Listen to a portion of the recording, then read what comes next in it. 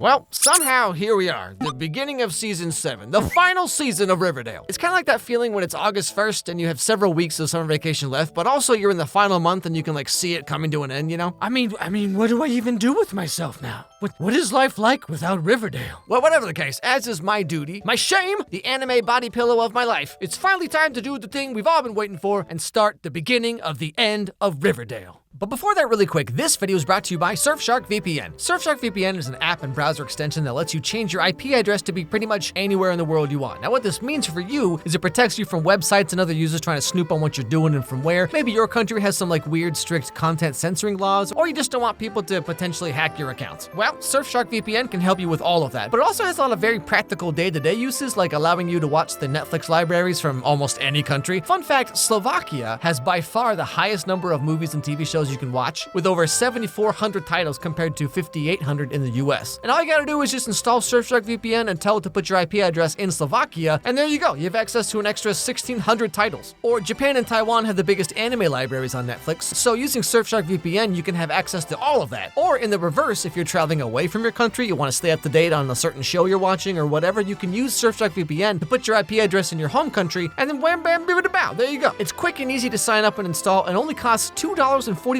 per month with a 2-year subscription. And so it barely costs you anything, really, and gives you access to all of this. And get this, you can use a single subscription on an unlimited number of devices. So let's say you and 4 other family members, y'all wanna pitch in on one subscription. That means you get all of this for 50 cents a month. So click my link down below and use the promo code Meyers. You're gonna get 3 months for free. So click my link and sign up today. Okay, back to the show.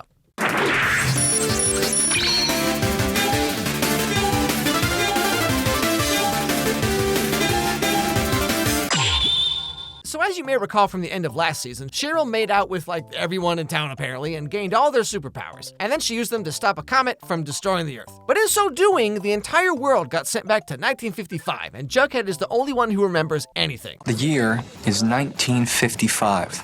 It's been 2 days since Bailey's comet almost decimated us, and we were somehow zapped back to the 1950s. I'm not sure if we're merely in the past or in the past of an alternate universe, but things are different here in Riverdale. How is this literally just a normal sentence people say on this show? Take someone who's never seen Riverdale before and then just show them this scene right here. But yeah, so like I said, everyone's back in high school circa 1955. They're all juniors again like they were for 4 seasons straight somehow. And life is just kind of happening, my dude. Tabitha, Tony, and some of Riverdale High's other students of color were in Mississippi for the trial of the 2 men who murdered black teenager Emmett Till for supposedly whistling at a white woman.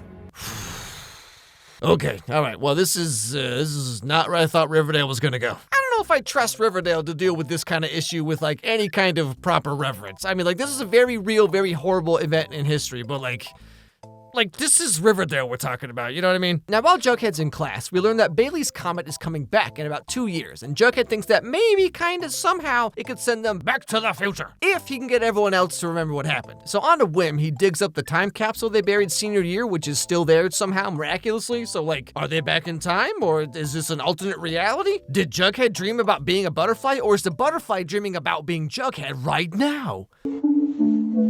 Butterfly in the sky, I can go twice as high. We all buried something of emotional significance in that time capsule 67 years ago. But in the future. Bird's eye view, what's the future like? We don't use regular phones anymore. We use something called smartphones, which we can carry around everywhere with us. Oh, the internet. The internet is Yeah, guys, it's amazing. You can use your smartphone and look up anything you want on this thing called the internet. I mean, Overwatch Rule 34, Tony the Tiger fanfic. There's probably other stuff on the internet too, but heck if I know. Okay, Archie joined the army and fought in a war. Betty, you were in the FBI.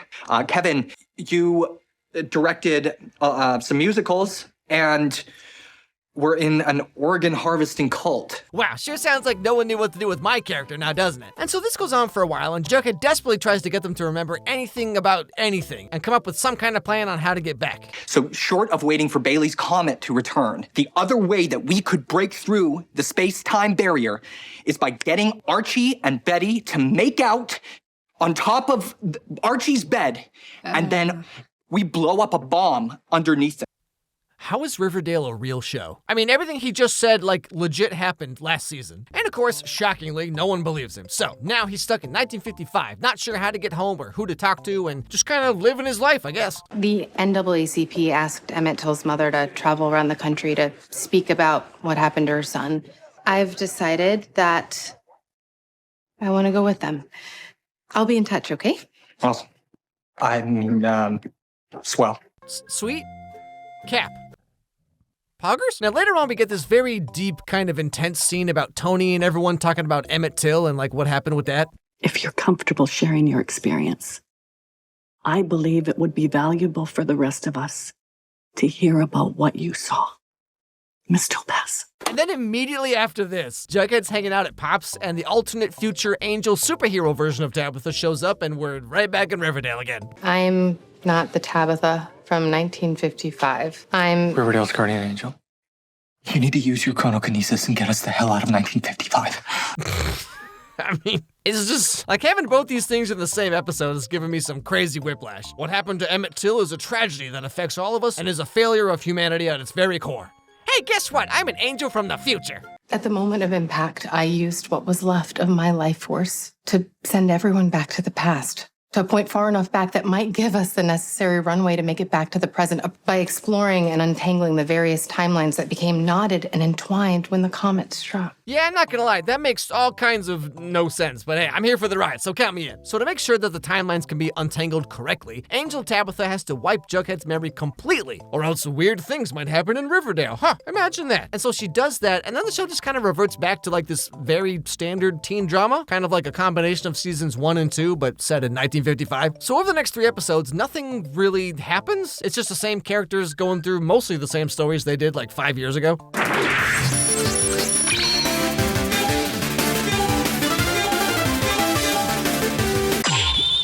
So Archie's always been a pretty simple character for the most part, right? But this 1955 Archie is like on a whole other level. So at school, there's a new student named Veronica Lodge who really gets Archie all wound up, you know what I mean?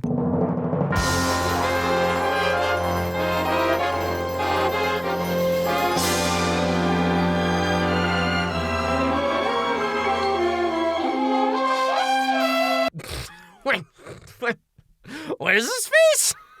What are you doing? Yeah, so Archie has a big old crush on this new Veronica girl, but like, what's he supposed to do? He's just a simple guy, you know? So throughout the episodes, Archie's fighting for Veronica's love against Julian, Cheryl's alternate reality twin brother who was the third twin, or the triplet, if you will, that originally Cheryl, like, absorbed before they were born or something. But in this timeline, he's the twin that survived. But eventually, against all odds, Veronica finally decides to take a ride on the old Crimson Absatron and goes on a date with Archie. I want to hear about you. Tell me everything there is to know about Archie Andrews, the hot rodder next door. What do you do for fun? Well, I work on my car. I like sports. What about girls? I mean, as handsome as you are, I assume you're beating them off with a stick. Yeah, beating something off, that's for sure.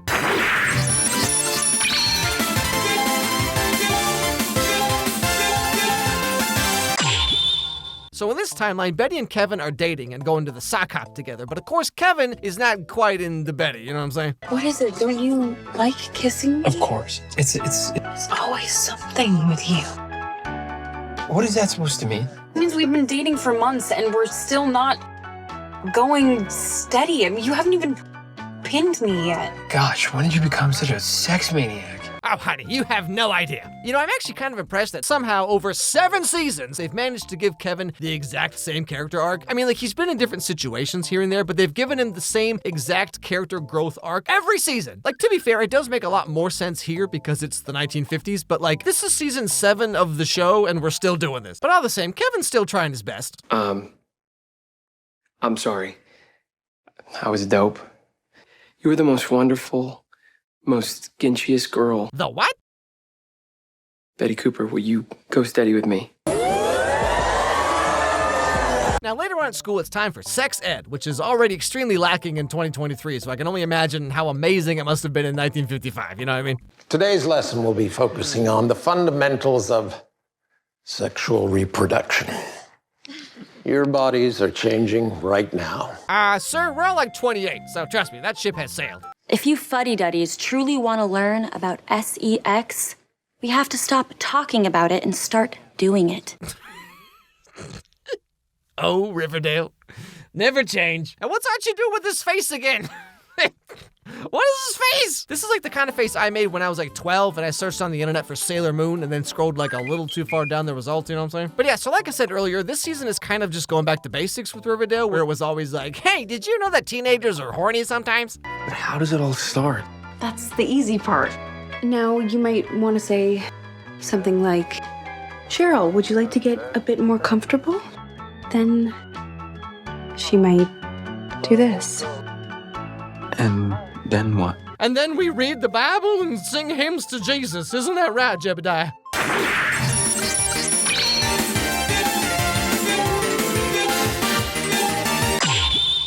So at the sock hop, Cheryl and Tony are dancing together, which the principal gets upset about for some reason. Boys and girls dancing in chaste harmony, just as God intended. Wouldn't you agree, Ms. Blossom? But you know, I was curious, so I looked into it, and like girls dancing together was not a weird thing, even back in the 50s. So like, I don't know where any of this is coming from. Now, one thing leads to another, and Cheryl goes to some like hippie coffee shop thing called The Dark Room to see Tony and the Beatniks do like whatever it is they do.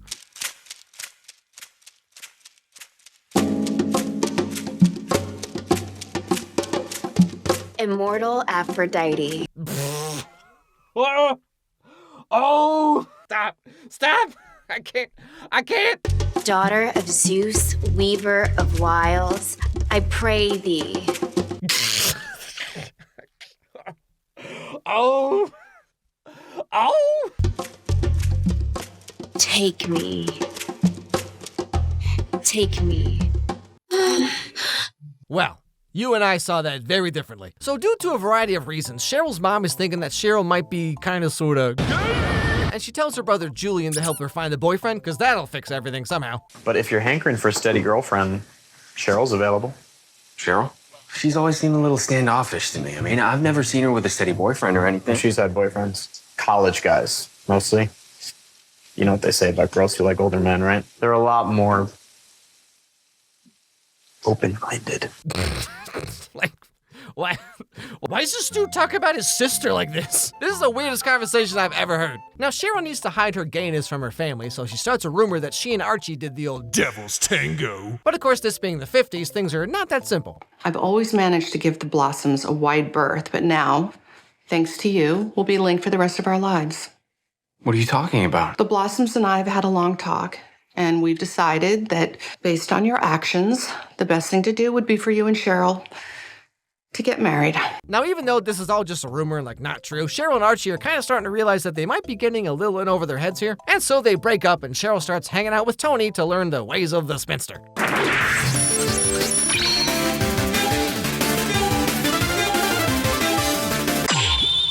So as I mentioned, Veronica is the new girl in school and getting all the guys and girls all flustered, you know, not the least of which is Cheryl. With James Dean? I suppose next you'll be saying you and Jimmy dated. He did enjoy playing both sides of the net. I don't know why I'm so surprised to hear such filthy lies coming out of the mouth of some wild child who grew up surrounded by perverts going to sex parties and orgies. Well, shoot, maybe the 50s were as good as my grandpa said they were. Yeah, and there weren't any of those people in our public pools either. Don't make me turn off life support again, Grandpa. I swear I'll leave it off this time.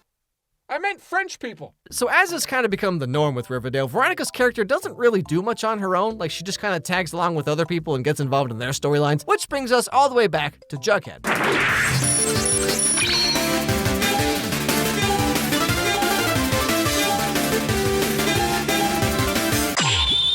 So Jughead ends up getting a job writing for the local comic book publisher, and he brings on Ethel Muggs to draw the pages, which actually goes over pretty well. Well, young lady, let me congratulate you. These are the most putrid pages I've seen in a long time. But then, of course, her parents find out that she's been drawing weird pictures at school, and that is not something a nice young lady does. I tell you what. We got called down to your school. They said you're acting like some delinquent, drawing dirty pictures. On top of staying up at all hours? And now missing detention? We did not raise you this way, Ethel. Maybe if you didn't drink so much, Mom. What? Where did any of this come from? But then at the sock hop, you'll never guess what happens. Ethel?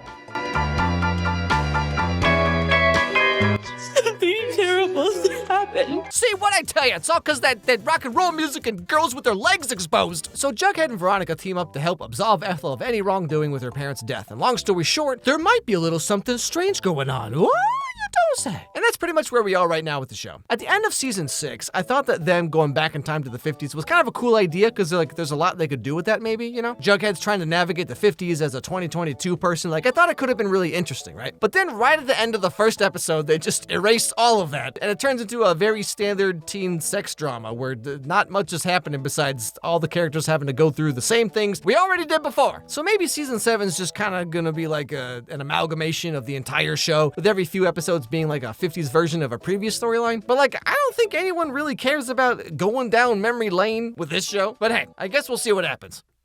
Anyway, thanks for watching, everybody. Hope you enjoyed the video. If you did, don't forget to subscribe. Don't forget to ring that bell, leave a like, leave a comment, all that stuff. Send me an email at alexmyerscontact@gmail.com and let me know what movies or TV shows you think I should check out next. And above all, let's everybody have a great day, and I'll see you all next time.